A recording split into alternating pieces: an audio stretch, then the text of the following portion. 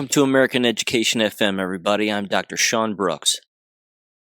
Well, ladies and gentlemen, I'm going to start here. As I'm sure everybody is already aware, first of all, of course, welcome as always. But as everybody, I'm sure, is aware, the American media loves a perfect opportunity to, of course, shape multiple narratives, lie, and then ring the antisemitism scourge storyline as much as humanly possible. So, again, as I know you're aware, long story short, an Egyptian guy who overstayed his visa during the Biden administration, attempted to set a couple of people on fire, apparently, in some park. They're calling it a pro-Israel rally. Didn't seem like it. It just seemed like people in a park. I didn't see any Jewish flags. I didn't see any Israeli flags. I didn't see anything like that. Again, I'm not justifying the person's behavior. Trying to set somebody on fire or burn a couple of things is certainly not a good idea. Everybody should be arrested for that. That goes without saying. But again, this right here is the larger problem. As soon as that story immediately happened, the media immediately jumped all over it, and honestly, I remember them saying this, they immediately started saying that people were dead. That even a couple of kids ended up dying. That was the first gunshot blast of the entire story that just went out there, and then it was all a lie. The guy, again, he burned a couple of people, a couple of adults. A couple of kids got a couple of scraped knees from running away or whatever it was. The guy didn't have a knife, he didn't have a gun. He had a couple of liquor bottles of what looked like Everclear 100% alcohol, and then he burned a couple of people, and then he burned a couple of patches of grass, and that was essentially it.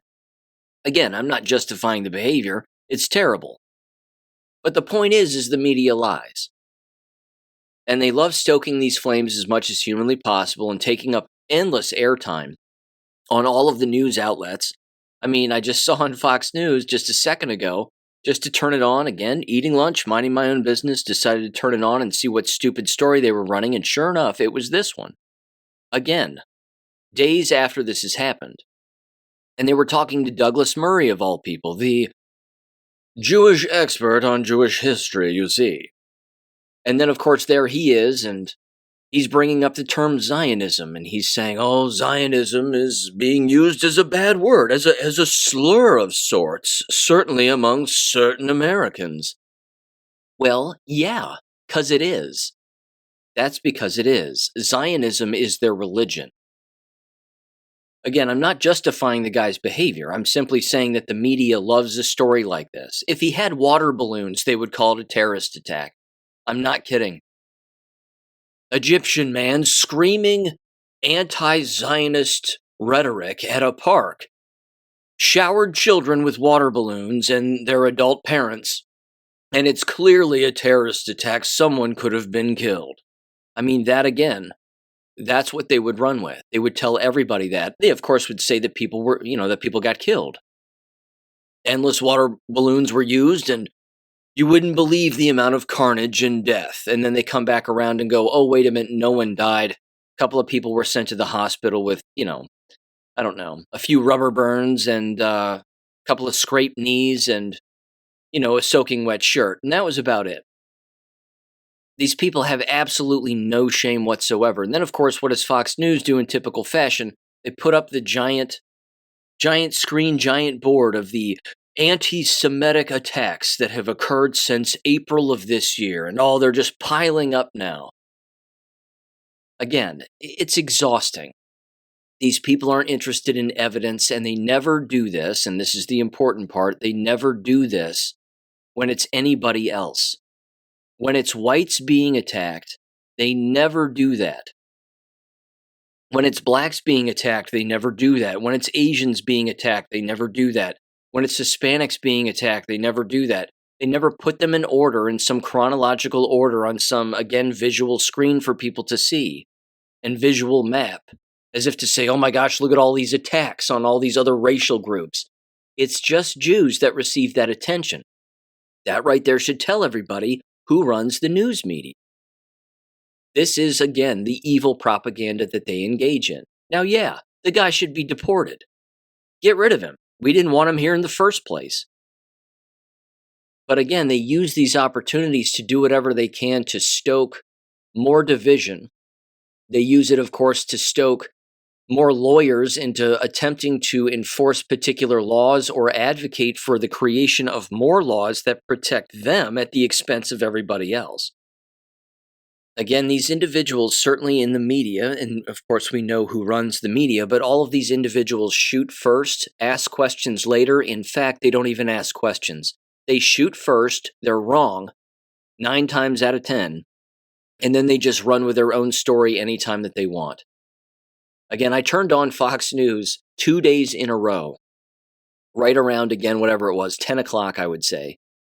And then they were running, again, very similar stories about that particular guy and these Molotov cocktails, quote unquote, that he had, and a number of other things. Again, it's beyond exhausting because it couldn't be more obvious that it's a script, that they consistently just run with this script every single day, day in and day out. Again, more people will be asked about it, I'm sure, in the press briefing that's going to take place here on Tuesday. Same thing. It's so predictable. It's outrageous. Again, they're even running with more COVID lie nonsense right now, and kids in China, are in school and they're having to mask up because of the COVID variants. I mean, this stuff from a calendar standpoint is so predictable. It's pathetic. It's beyond pathetic. So yeah, they're not going to quit lying. As long as, again, they can and they feel like they can, they just will. There's also this, of course, all of the business of the war in Ukraine and Russia, and of course Ukraine is attacking Russia, and they're, of course, clearly the provokers of all of this. It can't get any more obvious, I don't think. This was from War Clandestine on X, and here's what they said. They said it's very simple. Zelensky and his NATO handlers have never had any intention of surrendering. Their objective is to provoke Putin into using nukes or excessive force so they can drag in the United States military via NATO alliance to fight Russia directly for them. I'm going to go on here, but historically speaking, what does that sound like? Sounds like every other false flag war that's ever taken place. 9/11, Vietnam, World War II, the whole thing. He went on here and said they want World War III.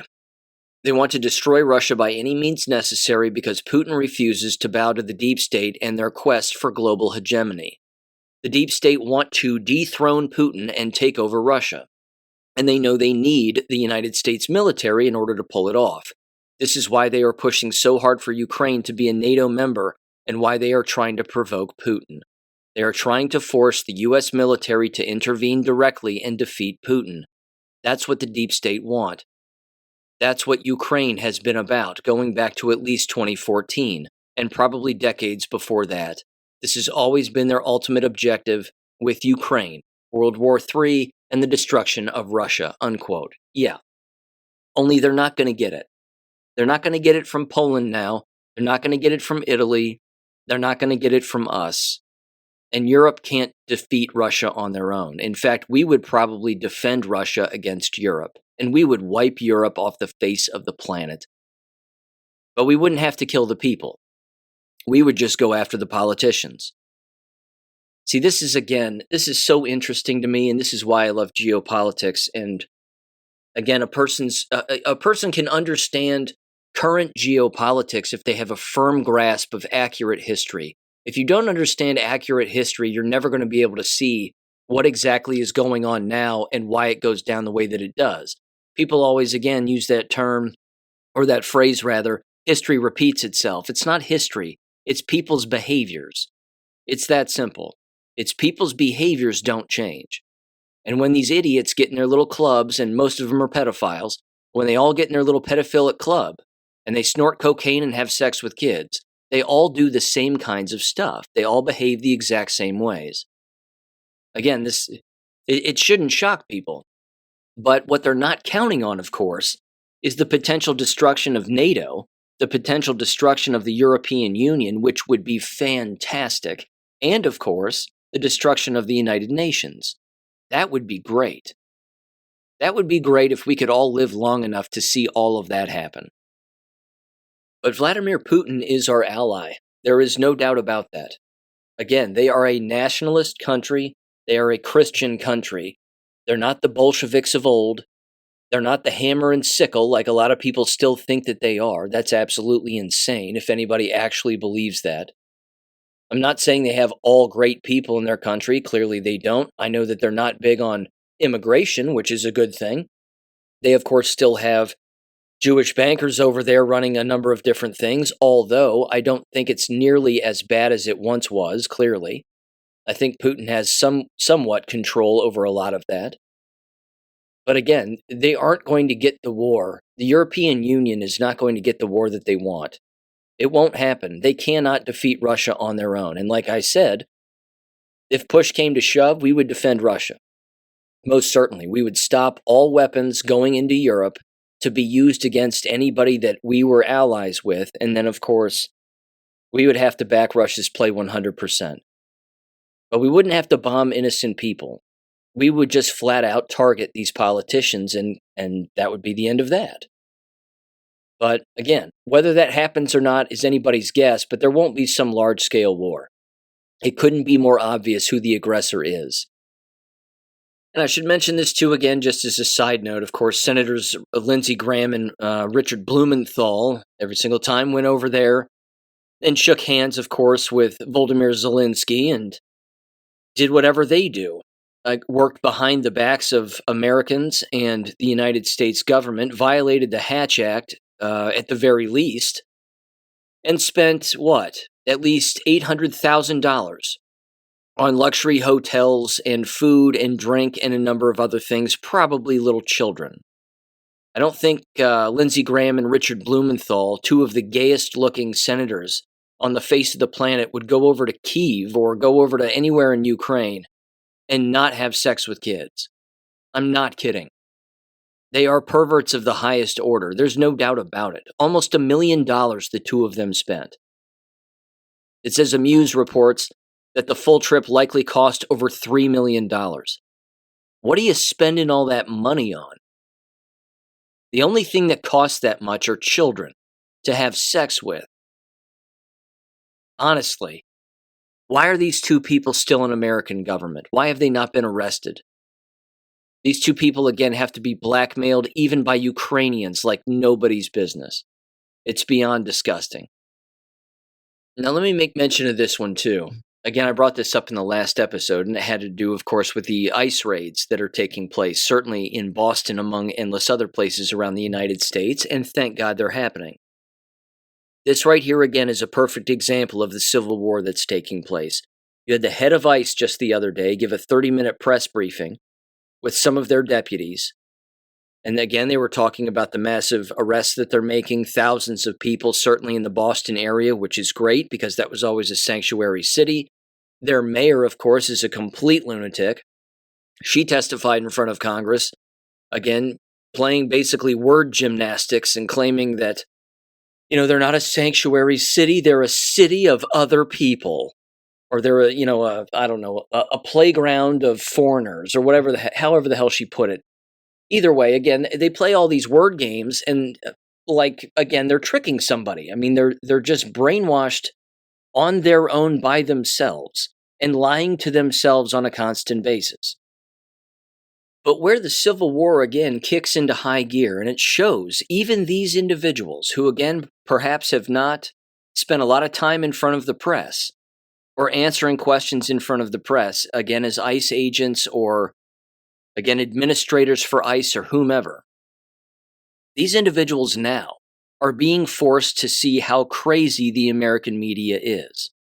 During this press conference, again, some of the questions that were being directed at these ICE agents, who are doing their job, by the way, those individuals, again, are being asked, what is it like when you arrest these individuals who are staying here?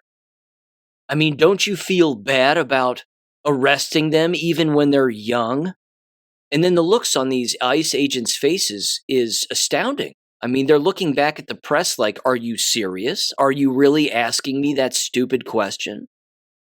The director of ICE again did a double take. He came back into the room and started yelling at the press because why?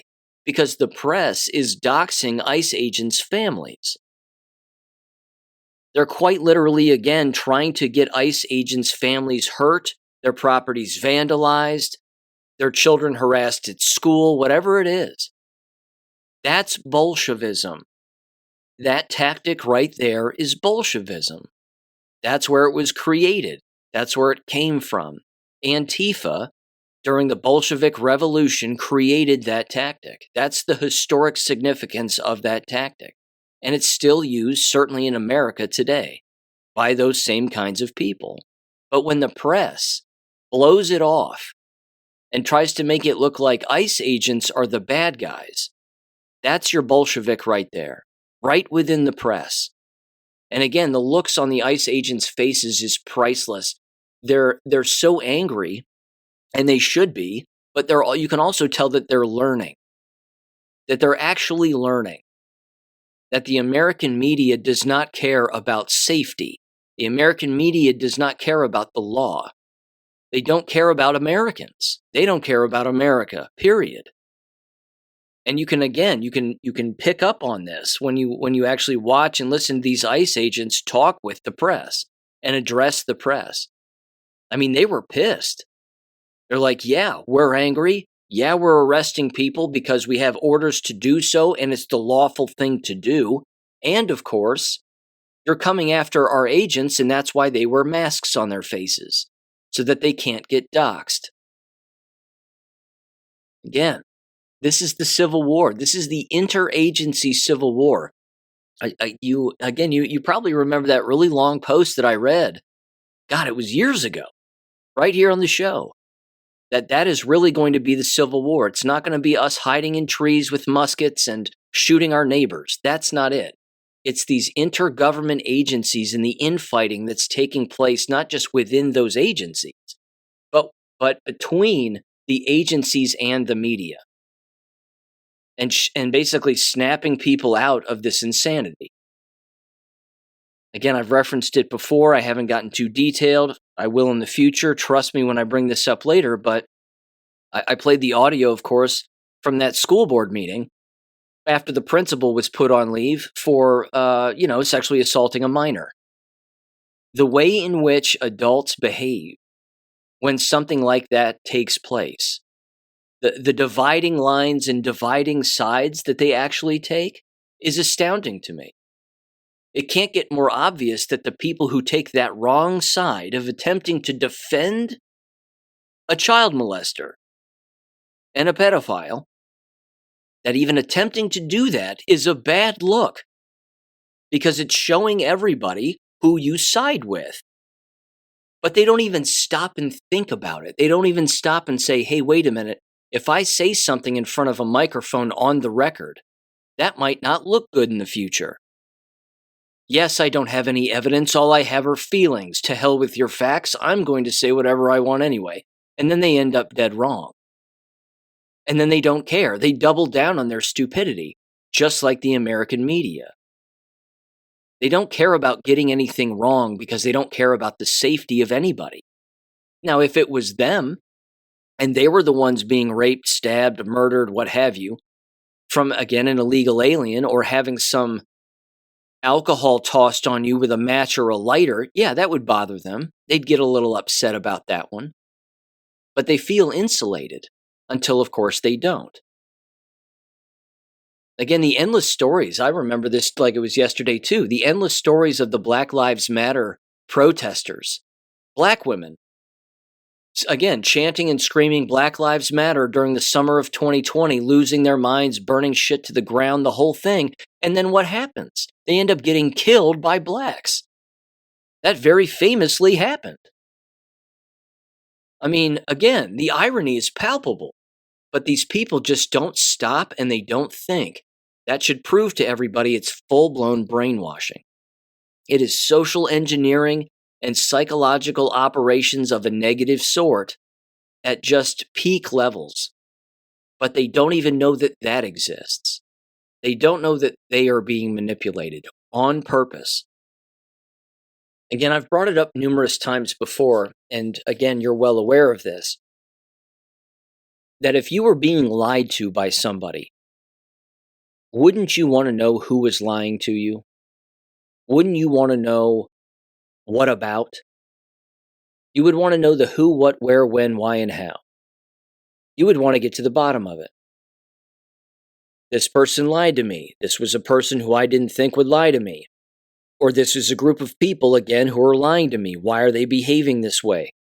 Why is this dynamic taking place? But there are a great deal of people who do not ask those questions. They just do not care because they honestly believe that they're being told the truth by complete strangers who they've never met before on their TVs all of the time. It's almost as if they think that lying doesn't exist and that no way would somebody ever manipulate somebody else. I'm telling you, that's such a low IQ. I don't even think it can be measured. It's just rock bottom low. That's like saying evil doesn't exist. Who believes that? These people are crazy, I'm telling you. I don't know what else to say about it, but anyway, moving on. Let me get to the Palantir thing again one more time here. Again, a lot of different takes on this. Very quickly, in the big, beautiful bill, there apparently is a motion in there, or some, whatever you would call it, a statute or provision, what have you, that basically says that states in the United States would not be able to modify or centralize their own AI systems for their own state governments for at least 10 years, and that the AI systems would solely be used by the federal government, again, to their own capacity, basically, to do whatever it is that they want to do. Now, again, as far as I know, all of this is up in the air. There's a huge gray area regarding all of this, and it can be taken a lot of different ways.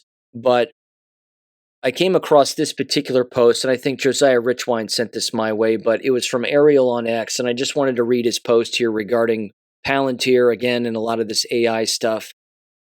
It's a lengthy post here, but bear with me. Here's what he said, quote, "Stop following clickbait. Research and study the executive orders. When it comes to Palantir, please consider this. Trump is wary of Israel's influence over U.S. technology, particularly Palantir's deep ties to the Israeli Ministry of Defense. Sources indicate Trump's team is redirecting Palantir's focus toward domestic priorities, such as securing borders and dismantling trafficking networks, while limiting Israel's access to sensitive U.S. data." Quick little side note. Number one, I don't doubt that. I mean, that was a particular scenario that I think I brought up in the last episode where, what if Palantir was gotten to, and basically their mission and goals have been shifted, again, more toward domestic security as opposed to massive surveillance on a worldwide level. But with that aside, even for a moment, apparently Deborah Birx, the scarf queen, as it were, sits on the board of Palantir, or one of their boards. So that seems odd.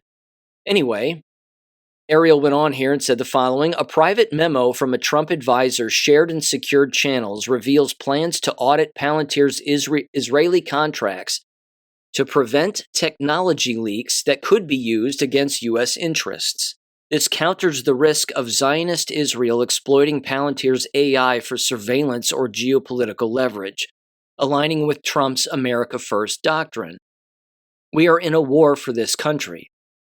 Do you all not understand that? These moves have to be made.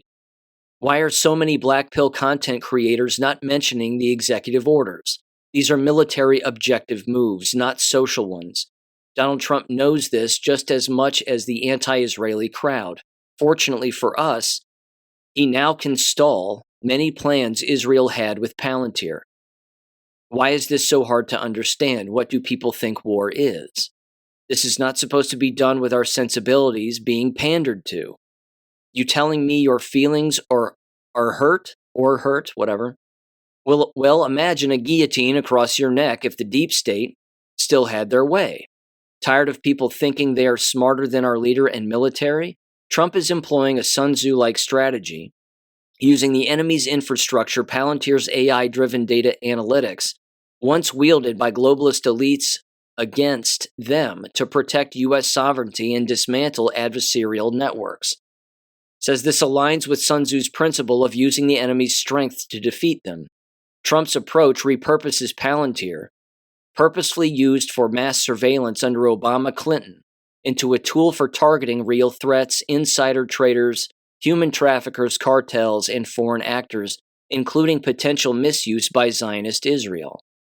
This strategic flip ensures Palantir serves America first rather than globalist or foreign agendas. Why is this so hard to understand? When you see General Mike Flynn going against this move that Donald Trump made, I know for 100% it will expose networks connected to dark channels that were used to do all of the illegal things the Flynn network does not want exposed. Trump expanded Palantir contracts with the Pentagon signal panic over the AI's ability to trace his illicit dealings. Flynn funneled, allegedly, $5 million from human trafficking profits linked to MI6 operatives running Balkan routes through Barclays Bank shell accounts, per a whistleblower's ledger from a defunct MI6 front. It says Palantir's Gotham platform, now integrated into U.S. military operations, maps financial crimes with precision, threatening to expose Flynn's network. His criticism deflects from this risk, framing Palantir as a surveillance state tool to rally his base against Trump. He says, people, what happened? Aren't we the ones who wanted the swamp drained? Aren't we the ones that wanted accountability? Aren't we the ones who kept crying about mass arrests? Aren't we the ones who kept asking about military tribunals? Then why in the F are you against the very tool that will help bring this much closer to happening now that we can precisely track what these criminals have been doing, is now in the hands of the U.S. military? Are people this jaded? Are people this bored? Are people this anxious? Are people this broke? They said where they are taking every single move made by Trump to maximize views and payouts, ? After all of the attacks the current administration has been under trying to correct the course of this ship from going off a cliff. You have so-called Trump supporters throwing him under the bus by leaving people with these cliffhangers as to what his true intent is. One thing I can say about my channel is that once it is all said and done, I will not look back on this account in embarrassment because I was clueless as to what was actually going on. Many will not be able to do so. And he said, we already see it playing out. You followed Tim Ballard. Are you one of them? You followed Michael Flynn. Are you one of them? You follow Black Pill accounts. Are you one of them? I welcome any and all challengers. I welcome any and all opinions. I welcome any and all disagreements. I will not be moved off of my square. We stand 10 toes down on this channel, period. Again, I think that the military knowing, and I'm not saying the military is all great and grand. I mean, clearly they haven't been, certainly in past years. The whole wireless body area network thing is still out there. White papers continue to still exist. Elon Musk just had whatever it was, $300 or $600 million be set to start testing people for Neuralink and putting chips in people's brains. This is completely insane. I mean, I don't agree with any of that stuff. Certainly not the wireless body area network, not in the slightest. But like I said in the last episode, if there's a bright side to any of this, it is plausible that the good guys knew exactly what the bad guys had planned with all of this, again, wireless body area network technology, certainly the surveillance state. So why would they not want to control it in order to, again, either destroy it or keep it right where it is so that maybe, hopefully, it doesn't hurt more people? Now, again, I see the other angles of it also, where somebody would say, well, why in the hell would the United States government, certainly the FDA, just approve a multi-million-dollar, tens of millions, if not hundreds of million-dollar contract with Moderna to push out another mRNA quote-unquote shot of some kind? Only this time, of course, not for quote-unquote COVID, but for even cancer. I mean, the irony of that, again, makes absolutely no sense. Again, for me, this is the problem. I don't understand why one move happens a particular way and then another move seemingly happens for another reason, and then again, there's a face value opinion on a great deal of things that people just look at and say, well, this is why it's happening. I'm 100% certain. Me, frankly, I'm not 100% certain on just about anything. Certainly not when it comes to all of these military technologies. And then, of course, who really has them, who really wants to use them a particular way, how do they want to use them, and a number of other things. It's confusing, but I think it's designed to be confusing, unfortunately. It would be fantastic if good people just had a giant press conference about the whole thing and openly told the truth. These companies were built for very bad reasons. They were built by very bad people to do very horrible things to individuals, and now we've taken over the company and we're going to make sure that that doesn't happen. Again, I don't know if such a thing would ever occur. Could we take that at face value and believe them? I don't know that either. I just know this, that what we do know, certainly about, again, the wireless body area network, surveillance, military operations, military equipment, all of this being used again to make people sick, to target individuals, groups of people, control them, a number of other things, not to mention, of course, different ads and algorithms that people see on the internet and influencing them to do particular things a particular way. All of it, again, is its own form of controlling human beings because, of course, we are electric beings. But again, it's not outside of the realm of a possibility that this has been taken over by good guys, again, to either slowly destroy it from the inside, or at the very least, I would say, maintain it so that it can't get worse than it already is. That's me being optimistic. I certainly hope that that's the case. And again, we can pay attention to it as much as humanly possible, and I fully understand, again, people would say, well, if AI systems are going to be run by the military, and Palantir is going to be taken over by the military theoretically, well then, why would they not use it against us? Couldn't they just weaponize it against us, again, with military backing? Because theoretically, they've already done that with the military in the past, certainly with the wireless body area network. Yeah, it's possible. No doubt about it. They've already done it. But again, could good things come from it also? And like I said, it be hijacked or, again, controlled in order to limit its nefarious function in the future or certainly in the present time. That's possible too. I just don't think that we're going to know. I think a lot of this, again, is classified, but I can't imagine individuals who are in the know, who are good people, who know what these companies have been doing or wanted to do, certainly with outside influence from foreign countries. Again, Israel's just one of them, but there are many. To again be used against the American people for nefarious reasons. I can't imagine those good people just letting that slide. They would have to want to control it, and they would have to want to stop it to some extent. So I'm going to leave it there. Again, it's one of these revolving objects that's just constantly moving. It's constantly being discussed. It finds its way again into the media spotlight, certainly the alternative media spotlight. Nobody in the mainstream's talking about this in the slightest. But it is one of those things that's remarkably serious, and it is, of course, constantly turning and constantly occurring, and it's just an ever-present thing. So, yeah, beyond that, I'm not sure where to go with it, other than I would like to see it all be destroyed, if not, again, be used against bad people. But then again, it brings up even more questions as to who's making the determination of who's bad and who isn't. I think therein lies part of the problem also. Again, I'm no fan of Peter Thiel. I don't think anybody is. We know all the connections between him, J.D. Vance, endless other individuals. It's rather odd. Certainly Larry Ellison and ChatGPT and all these other weirdos. So, yeah, not a fan of it, but it is what it is. Speaking of AI, though, sliding right into education here briefly. This is a thought I had the other day, and it makes perfect sense. And if I haven't said it on the show before, my apologies. But I've, of course, brought up in the past the entire history of artificial intelligence from the business standpoint of education. And that I believe it was in the spring of 2022 when it first showed up, or 2023 it even could have been, where it first showed up.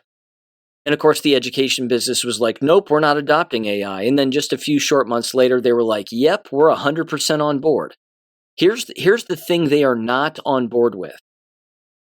The thing that education does not want to hear is to have a computer algorithm from multiple searches, from multiple books, multiple articles, whatever it may be, studies, research studies, you name it. The education business doesn't want AI to tell it that it's stupid. And the fact is that's exactly what AI is telling the American business right now. Artificial intelligences are telling, which again are just computer algorithms, it's an advanced search engine, that's all it is. All they're doing is telling schools and school districts and universities that they're all full of shit. And again, if you actually had school districts use AI to manage their business, which is a multi-million-dollar corporation, every single one of them are, they would be told by the AI systems that they are dumber than a bag of rocks. They would be told by these AI systems that they're breaking the law. They would be told by these AI systems that they are not managing their funds properly. Which leads me to believe, ladies and gentlemen, that the education business is not using artificial intelligence as a management tool. Because again, if it was, it would be saying on the record, in print, you're bad managers of your business and you have no idea what the hell you're doing. Because if they, again, were using AI systems to run scenarios through AI systems, certainly from a legal standpoint, they would be screwed. And they don't want the answer. They don't want anything to do with it. Again, those AI algorithms and those search algorithms would start pumping out answers and solutions to the very problems that school districts themselves create. Again, the worst businesses are the ones that do not want to be told that what they are doing is the wrong way to do it. They just don't like it. They hate it, as a matter of fact. Take Donald Trump, for example. And I'm using him as the exact opposite example. You cannot be in the building business. And he's a builder. He's in the building business. It's not real estate. It's building. It's literal construction. It's property, construction, looking around at the surrounding area, and then what do we want to actually create from scratch here? You cannot be successful in that business without gaining the opinions and the professional takes of what people like and what they don't like, what they want to see and what they don't want to see. You have to be a blank slate and just acquire all of this data and opinions and thoughts and perceptions and, again, histories and feelings and all of that stuff. You have to gather all of that intel, so to speak, before you can create a product that you know is going to work. Now, once that product works, well, you can replicate it numerous times over. But the education business, on the opposite end of that, is the business that never wants to be told that it's wrong. This is why the education business across America is communistic. It's designed to be all the same. The problem is, and they don't know this because they run these school districts, again, school boards, treasurers, superintendents, what have you, and certainly all of the associations affiliated with them. They don't understand how communistic it truly is and what the end goals of a communistic business are designed to do, and that's fail. And then attempt to rule over the ashes while rationalizing your participation in that business's failure. And they do it all of the time. And they're 100% fine with it, like I just said. I mean, they're not bright. They don't care. Only a naive individual who is a school board member would watch a school district completely disintegrate. Financial trouble, violence, pedophilia, sexual assault, covering it up, lies, FERPA violations, Title IX violations, rampant homosexuality and the acceptance of DEI, and openly saying in board meetings that we're interested in hiring people who are people of color, i.e., people who are not white. Only a failing business would do that time and time and time again. Watch their enrollment of students drop, dissatisfaction among employees drop, stupidity increase, and actually believe that they have a successful business. It's the most retarded thing I've ever heard in my entire life. But this right here is why the education business will not use AI. Because if you were to run all of those pinpoints right through an AI system, and then say, is this, and then ask it the question, is this a successful school district? You have pedophilia, Title IX violations, violence, sexual harassment, favoritism, hiring more females than males, openly saying that you're interested in not hiring whites, and 1,000 other things, making excuses for people's behavior, keeping employees when you should fire them when they have violated their own contracts and codes of conduct. Hey, AI system, is that a successful business? And what's going to happen to that business in the future? The answer that it would pop back would be a gut punch and a punch right in the nose to anybody reading it, certainly from a school district administrative standpoint, which means they're not using AI systems. They just aren't. I would say the extent to which AI is being used in the education business would be some stupid school teacher with zero creativity, openly asking an AI system, here's how many students I have in my classroom. This is the subject I teach. This is the grade level. I'm looking for a lesson on this. Can you create a lesson for me that will last 45 minutes? And then an AI system will do that. It'll flat out punch out an entire lesson. Or, of course, a teacher without a brain or any creativity, and it'll immediately show them what exactly they could do. And it might give them multiple answers, multiple options to choose from. So again, I think that AI being used in the education business is only being used at the absolute base retarded level of, give me a lesson, I don't know what to do. And that's basically it. Because like I said, on the opposite end of using it as an effective business model to shore up cost, get rid of illegality, perversion, and brainwashing, it would never be used for that, because that would counter the entire existence of why American education was set up, and schooling, quote unquote, was set up exactly the way that it is now. It would be far too detrimental, and they would have to change literally everything that they're doing. They would have to completely rewrite the script of how they run that entire organization or any, again, schooling district. They would have no choice. But they don't even use it. Again, these are the same people that when you have a pedophile principal, they quite literally put their fingers in their ears, come up to a microphone on YouTube and scream at the top of their lungs that there's no way that this could happen and everybody else is the problem. That's their solution. Why would AI be any different? Why would being given a tool that could help them run their business more ethically, more financially, fiscally sound anyway, why would they want to use such a tool? Because again, that tool would prove that what they are doing currently and what they've done in the past is wrong. They just won't use it that way, which means they just won't use it, period. Again, take that last scenario. Take the scenario from the last episode with the Rothenberger dude who's pretending to be a gal who's playing high school softball in Minnesota. Type that scenario.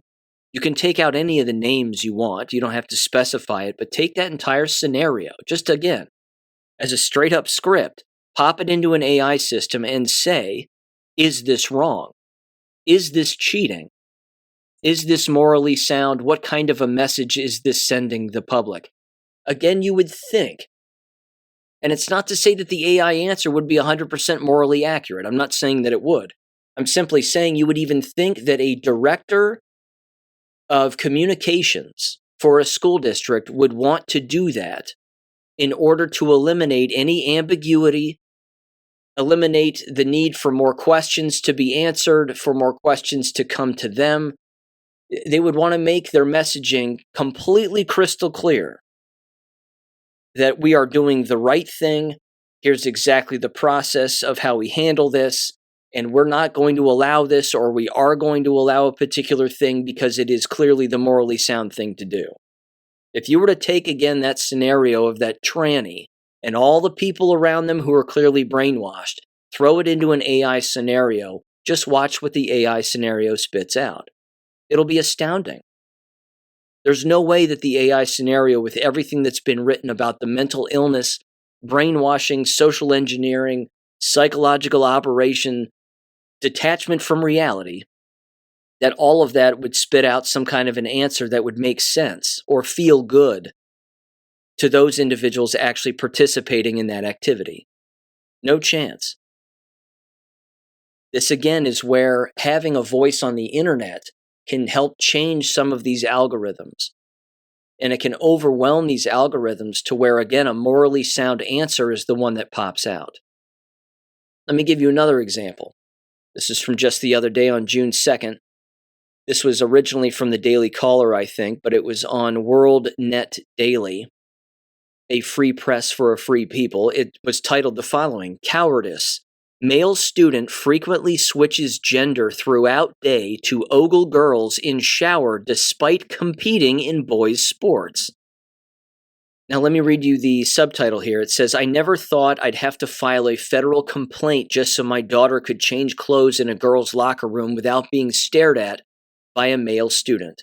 I'm not going to get into the specific story because, again, it pretty much goes without saying. But when you take an AI system, for example, like Grok, and you simply ask this question in front of that headline, you can quite literally cut and paste the headline into an AI system and just ask this in front of it. What laws are being broken if? And then I wrote this. What laws are being broken if a male student in a K-12 school frequently switches gender throughout the day to ogle girls in a shower despite competing in boys' sports? Question mark. I hit enter, and then it's just game on after that. Sexual harassment and misconduct. Title IX of the Education Amendment of 1972 is being violated. Other state laws, invasion of privacy, state privacy laws, tort law, potential criminal charges, voyeurism or peeping Tom laws, disorderly conduct.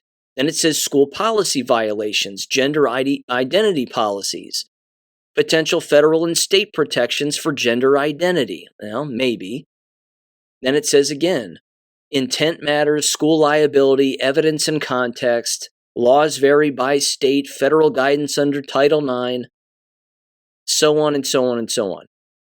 If image protection is the number one thing that schools care about, why is it that schools across the United States are not using AI systems to ask itself scenarios that it might be itself rather utilizing, we'll say, or allowing, running it through those systems, and then having it spit back out the answer as to why allowing those particular habits or practices or what have you to exist would be a problem? Again, the answer is they don't want the answer because they quite literally are brainwashed. So much so that they don't even ask the question. I mean, the education business should be the one where questions are consistently asked, but answers are arrived at. But they don't even bother asking questions. It's, I have a belief system, and if you don't believe what I believe, then there's something wrong with you. Now, you can type that scenario and that idiosyncrasy or characteristic of a human being into an AI system, and it'll tell you that you're fucking crazy. I mean, it'll say, you need serious mental help. You're a narcissist. You're a pathological liar. A sociopath. I mean, it'll run down a huge list of all the mental illnesses that you have. But the education business won't do that either. because they're sick and they don't want to get well. Now, what's that called? Munchausen syndrome. They're just ill while telling everybody that they're 100% successful, that they're fine. They have the best school district in this county or that county, that our learning gains are up and all this. I mean, they're delusional. They're absolutely delusional. And when given a tool for free, because it's a free tool, they don't dare want to pop it into one of these systems to have it rework the way that they manage their multi-million-dollar corporation. It'll never happen. Even while multi-million-dollar corporations are using AI systems to ask it very specified questions about, again, how their businesses work, even small businesses that might make whatever, $1 million a year, maybe less than that. They're even using some of these AI algorithm search engines in order to, again, better run their business. They start to see losses in a particular area. They ask the AI system about, again, their business, their scenario, and then that specified loss. The AI system pops back an answer. It's not that it's the answer, and it might not even be understandable nor acceptable to the person who reads the answer. But it's something different because, again, it's pulling in books, articles, research, you name it, from endless other individuals, and then, again, scripting out an answer from all of those other searches. Schools will never do this. They just won't. The most successful ones will. And those would, again, I would venture to guess, would lean more toward classical curriculum schools that are clearly private, not the public system. The public system will never do this. The public systems and the public school systems have to use and utilize the same methods all of the time because they hate the word no, and they never say the word no. Not when it comes to adopting useless shit. They always say, oh yes, does that school over there have that tool? Well, then we have to have it. And we have to try to use it better than they use it. Rather than understanding that by just adding things for the sake of adding things is a bad business model. You don't do that. All you do is just make everybody angry, upset, and confuse people within your corporation. Take the question of literacy, for example, which still, as we all know, remains the number one problem. If anybody watched any of these graduation speeches that occurred from graduating seniors in high school like I did, I mean, holy Lord. A great deal of them were terrible. Not all of them were bad. I saw some that were absolutely fantastic. One particular girl, she asked everybody in the crowd to stand. They all bowed their heads and they prayed. Right there during the graduation. Pissed off a lot of people. But a lot of people did it. And they stood up and they prayed to Jesus Christ, and it was absolutely fantastic.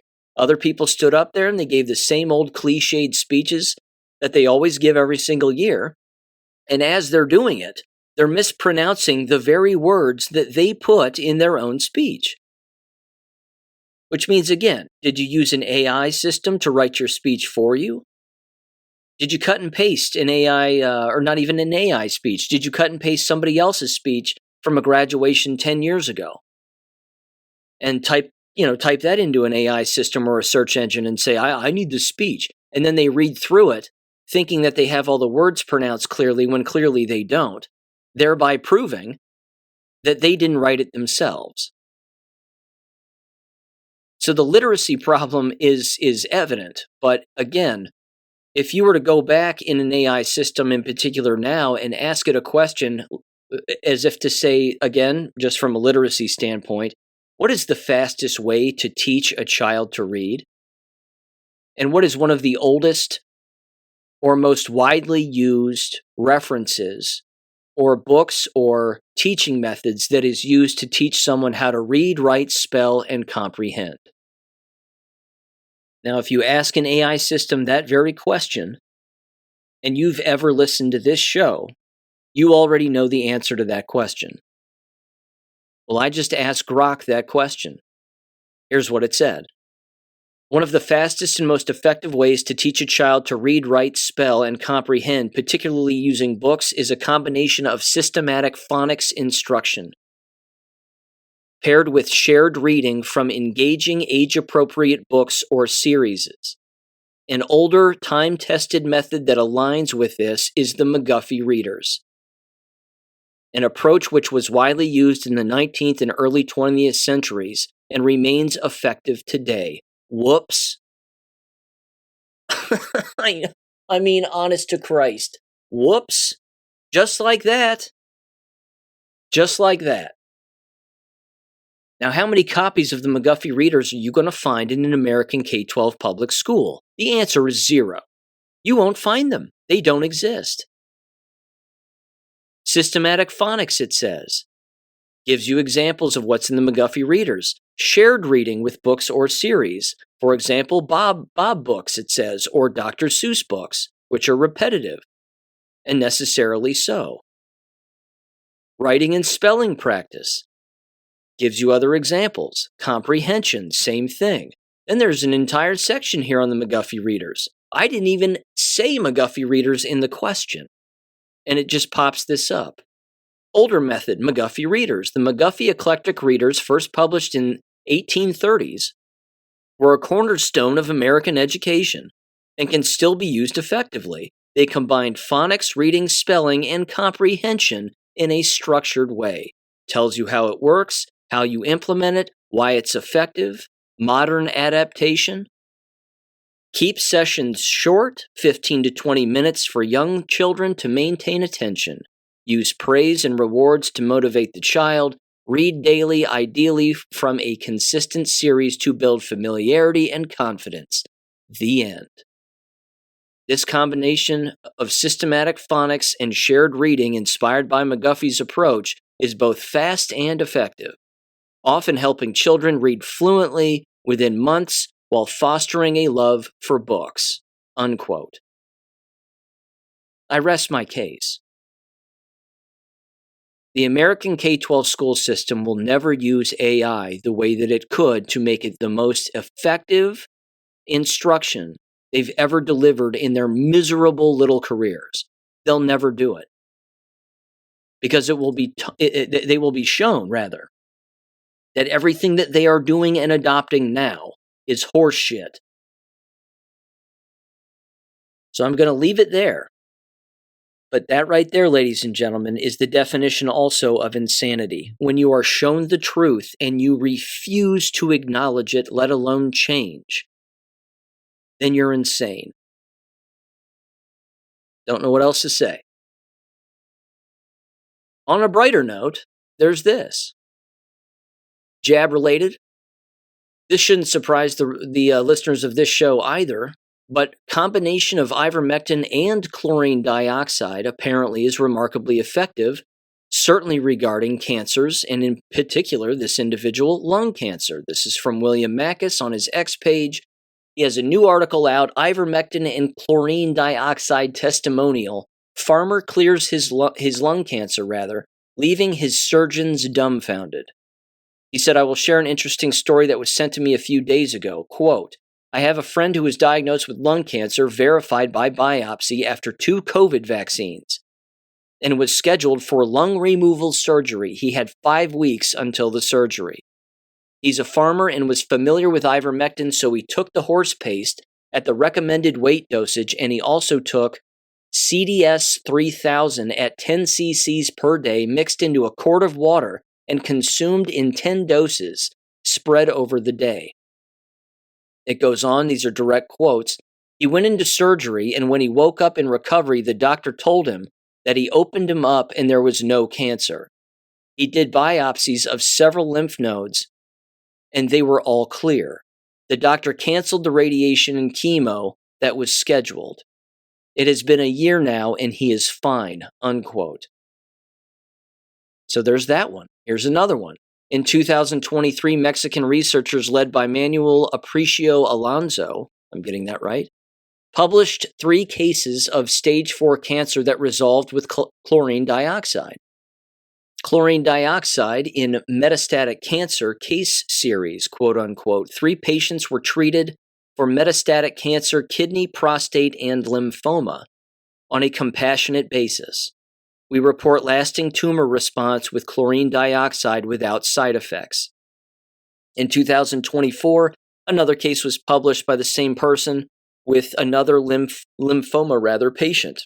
It said, quote, case report, resolution of pathologic fracture from metastatic non-Hodgkin's lymphoma with compassionate therapy.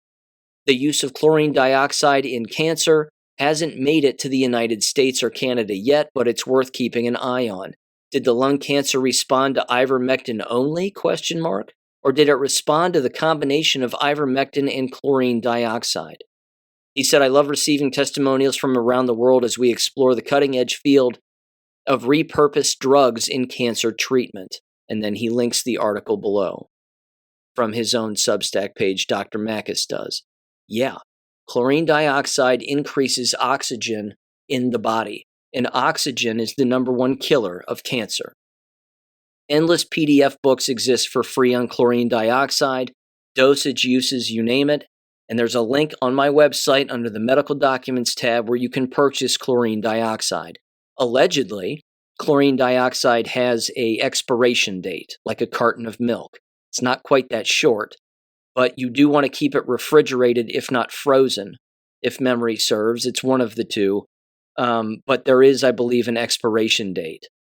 So, again, if you know someone who is ill, or again, it can even be used as a preventative, then I would recommend purchasing chlorine dioxide. I believe it's something like $35 a bottle.